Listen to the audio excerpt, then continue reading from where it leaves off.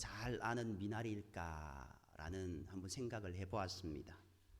그러나 이 미나리를 본 많은 사람들은 그처럼 평범한 영화가 어떻게 서양인들을 놀라게 할 수 있었을까 하고 의아하게 생각했습니다. 이 영화에 생명력을 불어넣은 것은 이 영화의 타이틀인 미나리라는 단어입니다. 미나리는 서양인들에게는 아주 생소한 식물입니다. 그러나 미나리는 어디에 심어도 자라는 강인한 생명력을 지닌 식물입니다. 이 영화의 절정은 피땀 흘려 거두어 놓은 야채와 과일이 쌓여 있는 창고에 불이 붙어 타는 광경입니다. 지금까지 전개해온 평범한 이야기들과 미나리가 접목되어 불타오르면서 관객의 눈물을 쏟아내게 한 것입니다. 여기서 영화는 우리 민족이 스스로 끌어안는 정, 따스한 마음, 동시에 강인한 정신을 소유한 민족이라는 이미지를 강렬하게 내비치고 있습니다. 오늘 성경 말씀은 어떠한 환경 속에서도 미나리같이 강인하면서 하나님께 선택을 받아서 이스라엘이라는 민족을 이끌어가는 한 지도자의 처음을 소개하고 있습니다. 사무엘은 여호와의 말씀을 듣고 이스라엘의 새로운 왕을 세우기 위해 베들레헴 이새의 집으로 갔습니다. 그리고 이새의 키 크고 잘생긴 7 아들을 한 사람씩 보았지만 하나님께서 그들이 아니라고 말씀하셔서 사무엘은 큰 충격을 받게 됩니다. 하나님께서 왕을 세우라고 이새의 집으로 보내셨는데 이새의 집에 왕으로 세울 자녀가 없다니 사무엘은 놀랄 수밖에 없었습니다. 놀란 사무엘이 이새에게 묻습니다. 내 아들들이 다 여기 있느냐? 사무엘의 무릎에 이새는 시큰둥하게 대답합니다. 막내가 남아있기는 합니다만 지금 양떼를 치고 나가고 없습니다. 마치 막내가 있기는 하지만 양을 지키기 때문에 그곳을 떠날 수 없다고 말하는 느낌입니다. 아주 보잘것없는 사람, 그렇게 이야기하는 것 같습니다. 마치 영혼이 담겨져 있지 않는 그런 대답입니다. 이새의 넋두리 같은 말입니다. 이새는 건강하고 잘생긴 아들들도 거절당했는데 아직 어리고 별다른 특색도 없는 아이가 왕이 된다는 것은 불가능한 일이라 여겼던 것 같습니다. 막내가 남아 있습니다 라고 하는 이 말 속에서 이 막내라는 히브리어는 하카탄이라고 되어 있습니다. 정관사 와와 작다라고 하는 형용사 카탄이라는 단어가 결합된 단어입니다. 결국 이것은요, 어린 자 중에 가장 어린 자, 보잘것없는 사람 중에 가장 보잘것없는 사람이라는 그런 뜻입니다. 이새의 대답은 그처럼 양이나 치는 아주 어린 아이가 과연 왕으로 기름을 받을 수 있겠는가라는 그의 회의를 드러낸 것입니다. 신학자 월트프 브루그만은 아이가 8번째라는 데 관심을 쏟고 있습니다. 이 말씀 가운데 보면은요, 10절 말씀에 이새가 그의 아들 7을 다 사무엘 앞으로 지나가게 하나 다 택함 받지 못했습니다. 그리고 막내라고 했습니다. 그러니까 8번째입니다. 이 8번째 아들은요, 완전수 밖에 있는 예외자라는 의미입니다. 히브리 숫자에서 7이라는 숫자는요, 완전수입니다. 가득 찬 수, 완벽한 사람을 이야기합니다. 그런데 인간의 생각으로 완벽하다고 생각했던 그 7을 다 지나가게 했지만 하나님께서 보시기에는 완벽한 자가 아니었던 겁니다. 인간의 생각으로 완벽한 사람이 아니라 완전한 수의 밖에 있는 예외자라고 생각했던 8번째, 그 8번째 아이가 하나님 마음에 합한 사람이었습니다. 8번째 아들은 어린 것은 물론이고 아무것도 내세울 것도 없고 떳떳하게 주장할 것도 없는 아이였습니다. 사무엘은 이새의 마음을 읽었습니다. 이상하지 않습니까? 자기 자식에게 왕이 될 자를 찾는데 아들이 남아 있는데도 그 아들은 데려오고 싶지 않다고 말합니다. 이게 정상적인 아버지의 말일까요? 이 모습은 우리가 잘 아는 요셉의 모습과는 정반대의 모습이 아닙니까? 요셉은 그의 아버지 야곱이 너무나 사랑하여 채색 옷을 입히고 애지중지했었습니다. 그 모습에 형들이 시기까지 하기에 이르렀고 결국 그를 죽이려고까지 했지 않습니까? 물론 나중에 애굽에 팔기는 했습니다마는, 그런데 오늘 본문에 나오는 다윗의 모습은, 아니 이세 그의 아버지가 바라본 다윗의 모습은 너무나 반대의 모습이 아닙니까? 그러나 사무엘은 이렇게 말합니다. 사람을 보내어 그를 데려오라. 그가 여기 오기까지는 우리가 식사 자리에 앉지 아니하겠노라. 아버지인 이새는 아이를 데려오고 싶지 않는 반면 사무엘은 그 아이를 반드시 데려와야 한다는 강력한 의지를 보였던 겁니다. 사무엘만 식사를 거절한 게 아니라 거기 있는 모든 사람들이 식사 자리에 앉을 수 없게 된 것입니다. 얼마나 단호한 사무엘의 결단입니까? 이들이 식사를 앞에 두고 얼마나 기다렸는지 모르나 아마 상당한 시간이 흘렀을 것입니다. 드디어 그 아이가 나타났습니다. 사무엘은 그의 모습을 보고 깜짝 놀랐습니다. 오늘 16장 12절 말씀에 보면은요, 이에 사람을 보내어 그를 데려오매 그의 빛이 붉고 눈이 빼어나고 얼굴이 아름답더라라고 말씀하고 있습니다. 이 모습을 본 사무엘, 그런데 사실 사무엘이 본 다윗의 모습이 아니라 하나님께서 그 아이를 보고 있던 모습이라 해야 할 것입니다.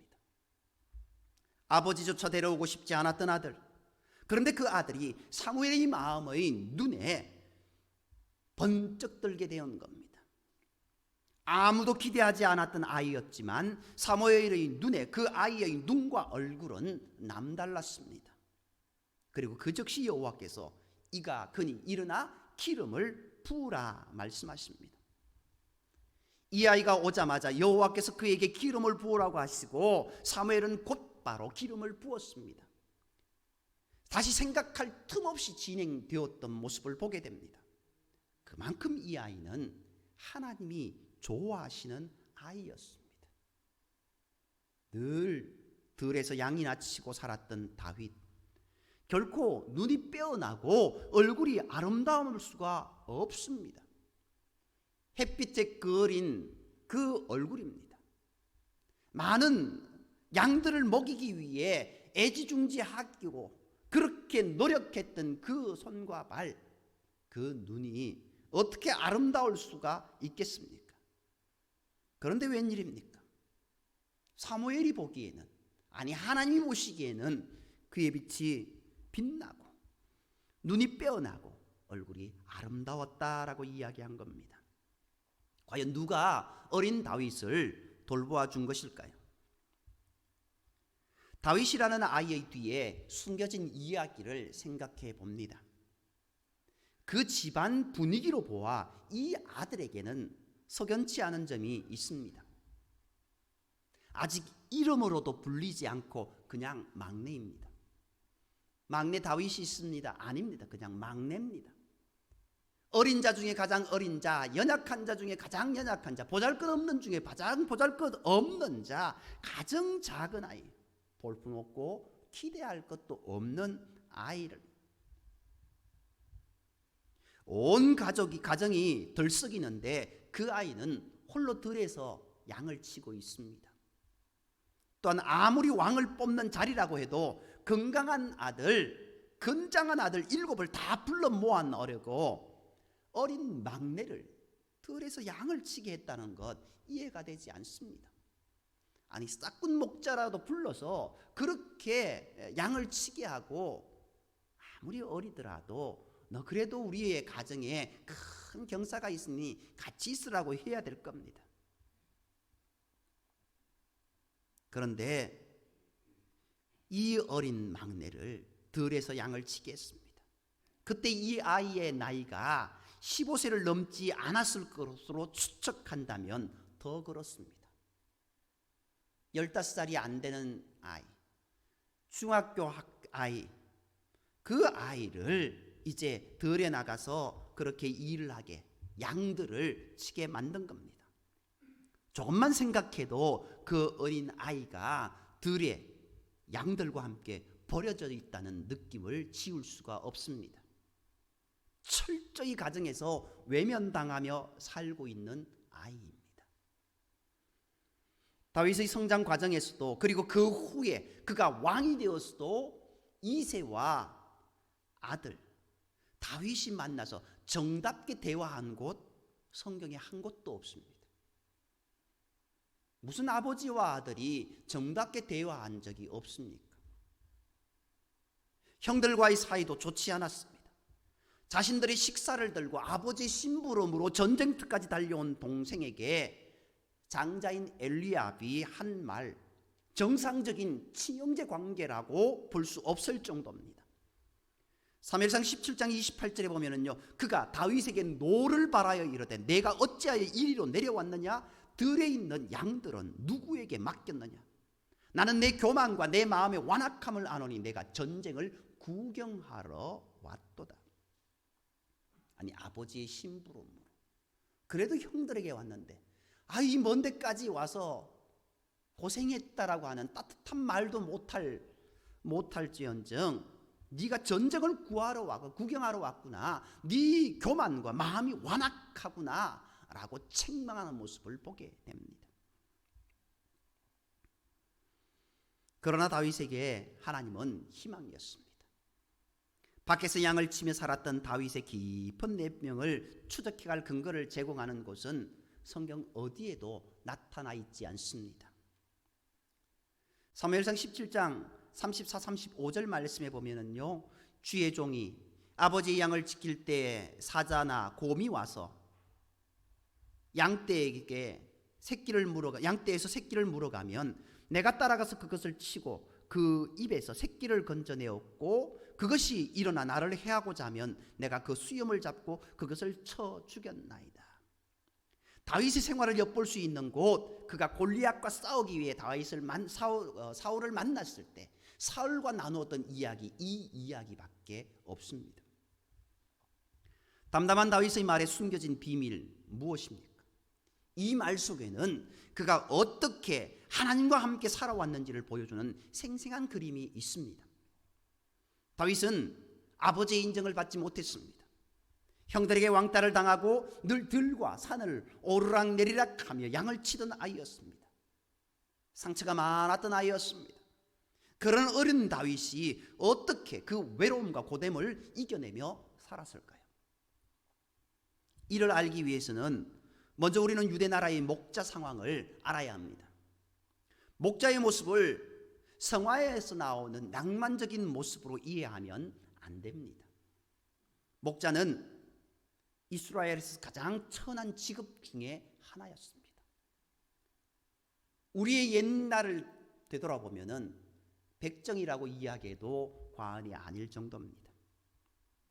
이스라엘의 뜨거운 날씨, 그리고 풀이 없기 때문에 하루에도 산을 넘는 등 매우 장거리를 걸어 풀을 찾아야 하는 중노동 작업이었습니다. 그런데 그는 외로움이나 고됨을 자신의 입으로 이야기한 적이 없습니다. 단지 하나님과 함께 살았을 때 경험한 신나는 일들만 말하고 있습니다. 이 아이는 그 불행의 장소를 노래하고 시를 짓고 즐기는 장소로 만들었습니다. 그래서 후에 위대한 시인이 되고 악기를 다루는 음악인이 되었습니다. 그는 그 거친들에서 무엇보다도 하나님과 함께 사는 법을 배웠던 것입니다. 그는 하나님이 함께 하시면 못할 일이 없다는 사실을 삶으로 배우며 살았습니다. 하나님의 힘을 의지하면 무엇이든지 할 수 있다는 자신감을 얻었던 겁니다. 다윗에게 그것은 하나님의 사랑을 듬뿍 받는 광야였습니다. 이제야 사랑받지 못하고 아버지와 형들로부터 왕따를 당하고 산 어린 다윗의 얼굴이 왜 곱고 눈이 빛났던 이유가 밝혀지게 되는 겁니다. 그의 눈은 일에 찌든 피곤한 눈도 아니고 불평하고 원망하는 눈도 아니었습니다. 빛나는 눈이었고 사랑받는 사람의 눈이고 자신만만하고 희망에 빛나는 눈이었습니다. 그렇다면 이 어린 다윗은 누구로부터 하나님과 함께 사는 법을 배웠을까요? 누가 이 아이를 그렇게 만들었을까요? 아버지는 아닌 것 같습니다. 형들도 아닌 것 같습니다. 그렇다면 남은 사람은 그의 어머니뿐입니다. 그러나 그의 어머니의 이름은 성경에 한 번도 언급된 적이 없습니다. 다윗도 자기 어머니에 대한 말 입 밖에도 낸 적이 없습니다. 다윗 주변에 어머니의 그림자는 보이지 않습니다. 시편 27편 10절 말씀에 보면은 다윗은 이해하기 어려운 말을 합니다. 나의 아버지와 어머니는 나를 버려도 주님은 나를 돌봐 주십니다. 오늘 우리가 개역 개정으로 되어 있으면 나의 부모는 나를 버렸다라고 이야기하고 있습니다. 이 문장은요, 만약으로 시작되는 가정법이 아닙니다. 하나님, 내 부모가 나를 버렸어도 어떻게 해요? 주님은 나를 돌봐 주실 것입니다. 이게 아닙니다. 어떻게 해요? 아버지와 어머니가 자기를 버렸다라는 완료형으로 되어 있습니다. 그리고 하나님께서 자기를 기르셨다. 고아 아닌 고아로 살았고, 그런데 하나님께서 나를 친아버지, 친어머니로 세워주셨다라고 그렇게 이야기합니다. 이처럼 다윗의 어머니에 대해서는요, 추적할 수 있는 곳이 전혀 없습니다. 단지 시편 86편 16절 그 이하에 나타난 그 암시뿐입니다. 시편 86편 16절에는 이렇게 이야기하고 있습니다. 내게로 돌이키사 내게 은혜를 베풀어소서. 주의 종에게 힘을 주시고 주의 여종의 아들을 구원하소서. 그의 어머니의 이야기는 이것밖에 없습니다. 여호와는 나는 진실로 주의 종이요 주의 여종의 아들 곧 주의 종이라. 주께서 나의 결박을 푸셨나이다. 여기서 말하는 주의 여종이 다윗의 어머니인 게 분명하다면은 그녀는 다윗의 생각으로는 주께서 인정하시는 좋은 하나님의 사람이었습니다. 그래서 주의 여종이란 똑같은 용어를 두 번이나 반복했습니다. 또 자기는 부족하지만 하나님께서 인정하시는 어머니를 봐서도 그녀의 아들인 나 다윗을 구원해달라고 간청할 수 있었던 것입니다. 그런 어머니로부터 다윗이 하나님에 대해 배웠으리라 추측할 수 있습니다. 그런데 그 어머니가 그가 자라는 동안에 그리고 그가 왕으로 세움을 받고 고난의 긴 터널을 걸어갈 때에도 보이지 않습니다. 일찍 세상을 떠난 것인지 아니면 집을 나갔는지 알 수 없지만 분명한 것은 다윗이 어려서부터 하나님을 배웠다는 점입니다. 물론 이스라엘은 13세 이하의 아이들, 성인식 이전의 아이들은 어머니로부터 배우게 되어 있습니다. 그리고 13세 성인식이 지난 이후에는 랍비에게 배우고 아버지로부터 배우게 되어 있습니다. 그렇기 때문에 이 모습이 이해가 됩니다. 그가 그처럼 투철한 믿음을 가진 아이로 자랄 수 있었던 것, 어릴 적부터 그에게 하나님의 소망을 심어준 이가 있었기 때문임이 분명합니다. 그에게 하나님을 심어줄 수 있었던 인물, 그의 어머니뿐입니다. 신실한 신앙의 어머니가 다윗에게 하나님을 심어주었다라는 겁니다. 이름도 없이 사라진 그의 어머니는 그 가정에 하나님의 소망을 심어 놓았던 겁니다. 그리고 하나님은 그 안에 심겨진 희망의 씨앗을 길러 주셨습니다. 다윗은 하나님이 자기를 길러 주셨다고 고백하고 있습니다. 하나님의 소망은 다윗에게서 싹이 나고 자라고 열매를 맺었던 겁니다. 우리가 다윗을 다시 한번 생각해 보시기 바랍니다. 다윗의 얼굴에는 두 가지 면이 있습니다. 아니, 두 가지 모습으로 바라보는 그 시선이 있습니다. 가정 식구들이나 타인들이 바라보던 얼굴과 사무엘이 보았던 얼굴입니다. 하나님의 눈으로 볼 때 이새의 가정은 희망이 없던 가정이었습니다. 그래도 누군가 그 가정에 하나님의 희망을 심어 놓았습니다.